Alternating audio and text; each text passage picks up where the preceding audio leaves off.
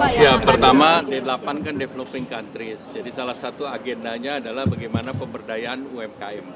Dan Indonesia punya banyak pengalaman dalam pemberdayaan UMKM, termasuk sampai kepada digitalisasi. Tentu hal itu yang kita bisa share dengan negara-negara D8 yang lain.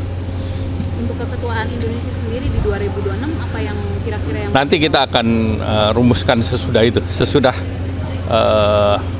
kita diserahkan keketuaannya di Mesir nanti. Ya. Ada potensial investor nggak Pak saat di pertemuan di D8 nanti? Jadi pertama D8 itu kan menyamakan langkah untuk menghadapi situasi global secara geopolitik hari ini, tentu termasuk apa yang terjadi di Timur Tengah, di Gaza. Karena kita semangatnya dari developing country kan sama untuk mendukung Palestina. Nah, yang kedua, bagaimana pemberdayaan UMKM dan bagaimana UMKM di negara D8 ini bisa bekerja bersama-sama. Nah, tentu kerjasama ini yang memungkinkan untuk ke depan didorong. Nah, tentu berbeda dengan yang lain di mana ujungnya adalah investasi yang relatif besar. Kalau ini bagaimana level playing field kan para investor di negara-negara D8 tersebut. Di samping itu juga membuka kesempatan pasar di D8 untuk bisa dimanfaatkan secara bersama. Ada rencana untuk pengiriman BBM ke masyarakat Pak? Sementara nanti Bapak Menlu. menyusul nggak ke D8? Saya nggak. Pak, soal KEK Pak yang masih belum progresif. Apa? KEK, kawasan ekonomi khusus. Kenapa? Masih belum, investornya itu masih belum.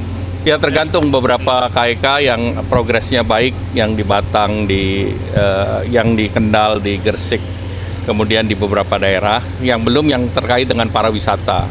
Jadi yang pariwisata, apakah itu Tanjung Lesung, apakah itu yang di Morotai, apakah itu yang di mana?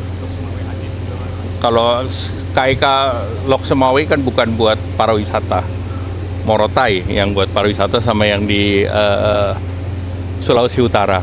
Nah, yang pariwisata ini bisa mendatangkan devisa cepat. Nah, oleh karena itu kita mau mencoba membuka regional airline sehingga mereka bisa langsung ke tujuannya.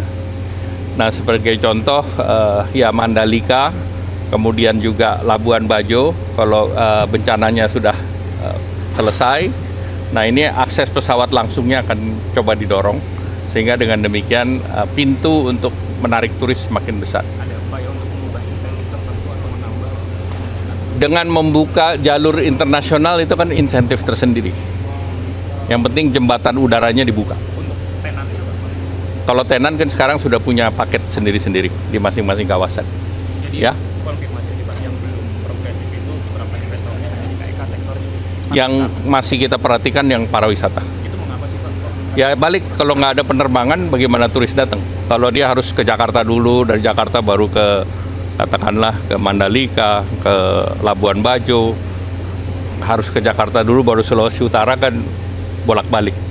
Seperti COVID dulu direct flight-nya banyak dari regional langsung. Ya, terima kasih. Rupiah Pak 16.000 Pak, sudah menjadi Kenapa? rupiah 16.000 sudah menjadi kekhawatiran pemerintah belum sih Pak di level sekarang? Kita lihat, itu kan kita nggak bisa lihat sehari. Kayak stock market nggak bisa dilihat sehari.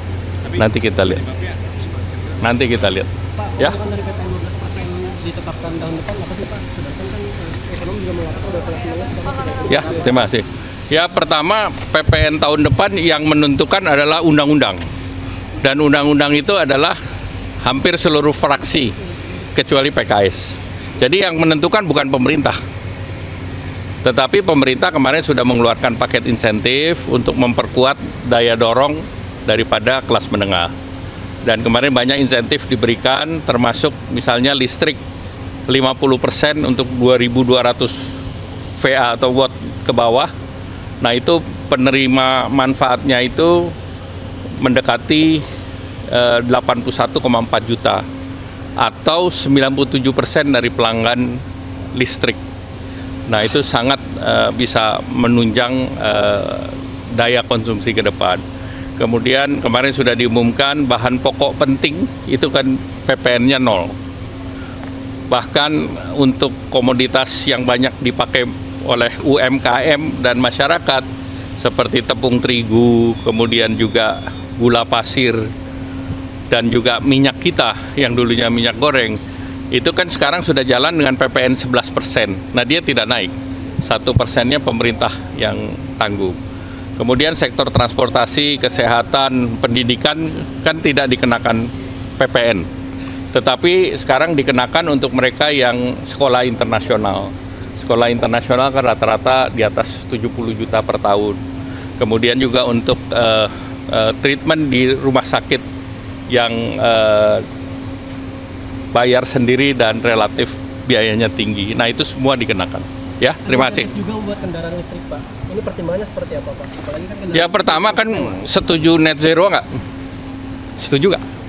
Ya udah. Jadi itu demi net zero, otomotif itu kan sekarang mengurangi daripada penggunaan BBM yang bukan Euro 4. Sulfur itu dunia sudah menghindari. Nah, salah satu adalah dengan elektrifikasi dari kendaraan listrik. Ada 2 jenis kendaraan listrik, satu baterai EV, yang kedua hybrid. Jadi dua-duanya kita kasih. Kalau kita lihat secara keseluruhan, BEV dan EV itu penggunaannya year to date itu sekitar 80 ribuan. Dibandingkan yang combustion engine 850 ribuan. Jadi hanya sekitar 10%. Nah, ini yang harus kita dorong lebih tinggi lagi. Dan kedua, Indonesia dalam waktu dekat bisa memproduksi baterai. Nah, di salah satu kawasan di Morowali ada investasi untuk baterai dan itu sudah sampai packagingnya. Nah, kalau itu kita bisa lakukan, itu TKDN 60% kita bisa capai.